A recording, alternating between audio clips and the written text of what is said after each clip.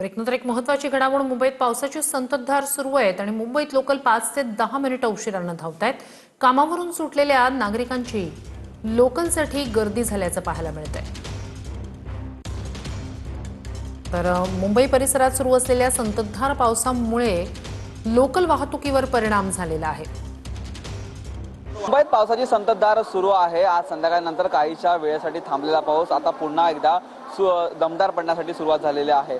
त्याच पार्श्वभूमीवरती आपण सध्या दादर रेल्वे स्थानकामध्ये आहोत आणि या दादर रेल्वे स्थानकामध्ये आपण ट्रेनचं वेळापत्रक पाहिलं तर 5 ते 10 मिनिटं उशिराने रेल्वे गाड्या सध्या धावत आहेत।